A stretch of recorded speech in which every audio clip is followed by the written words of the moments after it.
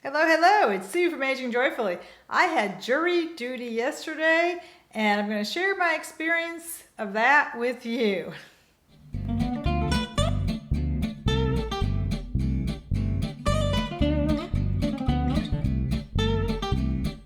Have you ever been called for jury duty? This is my second time in my lifetime.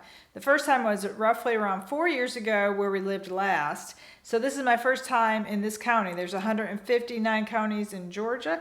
And I received my notice about a month prior to this. It listed all the ways you could get out of the duty, and you were supposed to, I thought at that time, attempt to get out of it. So when I got there, it's to be sure and get there well before 8. 8 is the absolute latest, and you had to park across the street and walk a little ways. So I wasn't sure how long it would take me to drive there with school buses and parking and walking. So I was there almost 30 minutes early, which was good because everybody was actually getting there 30 minutes early, and it filled up pretty quickly. So I sat down next to a guy and started talking to him who had never been called. He lived here most of his life, the majority of his life, and had never been called. We were handed this pamphlet when we checked in with our driver's license. It's from the State Bar of Georgia.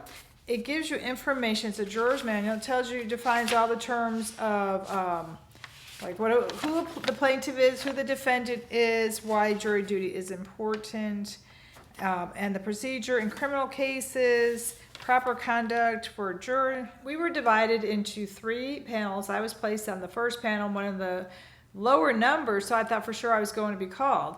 We actually did get to go to the courtroom with the judge. This judge had come down and explained everything to us. I was really expecting a criminal case. What surprised me is it was a civil case where a woman was suing her husband. I don't know what for, because I didn't ultimately make the cut, but I'm assuming since it was a divorce, she's probably suing for a fair settlement. In my innocence, I didn't realize divorces could go to trial. I thought divorces were typically handled between the 2 divorce attorneys, and I didn't know they got to this point. So anyway, I got up to the courtroom, and I sat in the jury box, and they questioned all of us, both as a group and individually. They had information. We had to fill out a questionnaire beforehand, and they asked most people about their jobs. Since I don't work, I think I was the only person there who didn't work.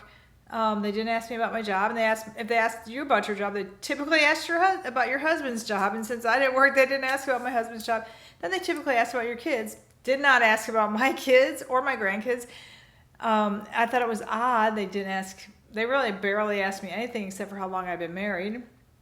And Steve's car accident that I had to list, because it said to list any lawsuits that any family members had. And Steve had to have a lawsuit when he was in his serious accident that caused all those surgeries. If you watched our surgery video, he had, I think, 7 surgeries related to that accident when he was a teenager. Serious accident by a drunk driver. So you had to disclose that, because I would be biased towards any drunk driving case. So I had to disclose that. Okay, so what I thought was odd, it was about 20% non-white and 80% white. That was shocking. They said they go by driver's licenses, so maybe a lot of minorities don't drive. I mean, I do know a lot of minorities don't drive because either they don't want to or can't afford a car or whatnot, but I don't think the demographics reflected the area. But ultimately, I was not selected, I believe, because I was married for 33 years. I think I was struck for being married so long. Out of the whole room, I think I was the oldest person there. There's one guy who was married 38 years, but I think I was one of the older ones. It seemed like everybody was between about 35 and 55 or so. Roughly everybody was, no one real young and no one real old, but I felt like I was one of the older ones.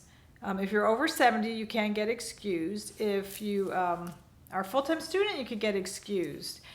If you're a caregiver for a child under 6, you could get excused.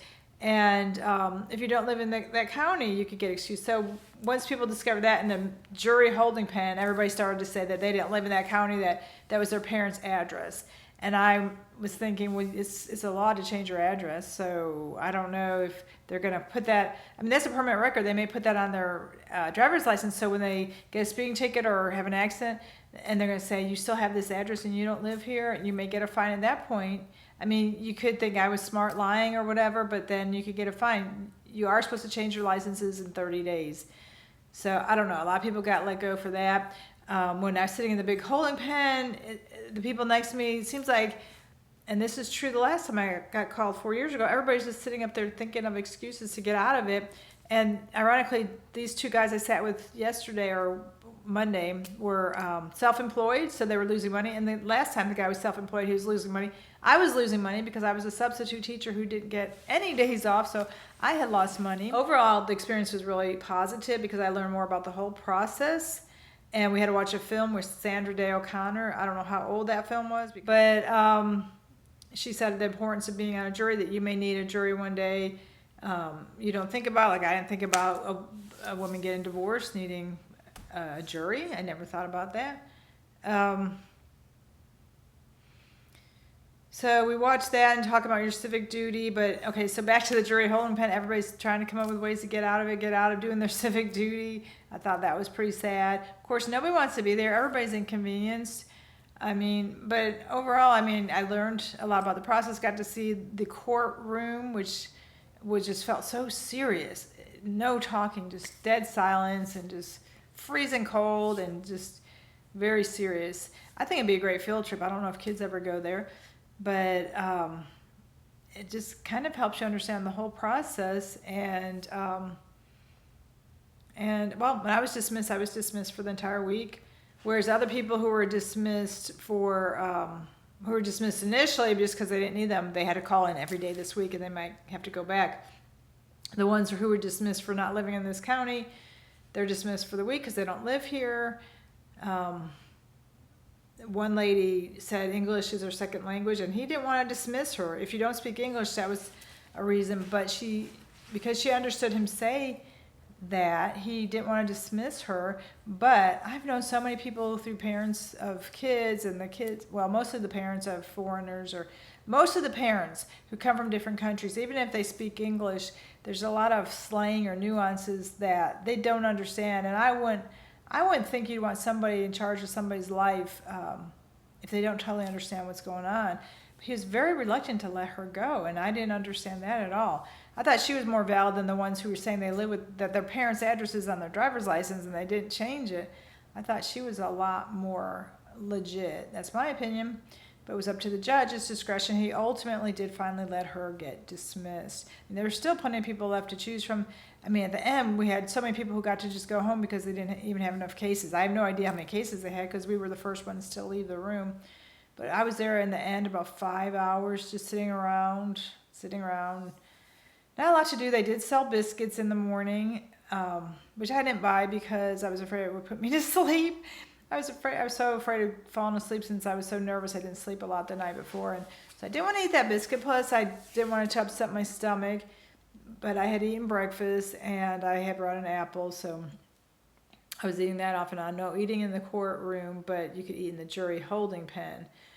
So I was curious about the whole case and would have enjoyed carrying through being on the whole trial. But I wouldn't want to have to decide somebody's fate. I would like to learn the whole process. And what the attorneys do, and I mean, it was very interesting. When we went back up, there was a group of 40 of us, which had at that point been whittled down to, I don't know, maybe 36 or something. I don't really know. But then our names were all on one paper, and they started taking turns crossing them out. I don't know who went first. I think the plaintiff went first, crossed out a name. Then they gave it to the defendant, and that attorney crossed out a name. And they went back and forth. So that's how I was eliminated. One of them, I'm pretty sure it was the defendant's attorney. I don't know for sure. Could have been anything. But they didn't ask me very many questions, whereas they asked other people many more questions. So I don't know who put me on the list initially. So look out for our other videos. We always have a wide variety. I wasn't expecting jury duty. Sammy's been in so many videos. I thought you might be getting bored of her doing the same things because she can only learn so many tricks, even though she's adorable. She missed me. She was so friendly when I got home. I thought I need to leave more often because she was super, super friendly. And I've been making an effort to walk both dogs more often for my benefit as well as theirs. So look for those dog videos, look for the Daisy Festival, our health videos, food, any number of videos. Till I see you again, take it easy.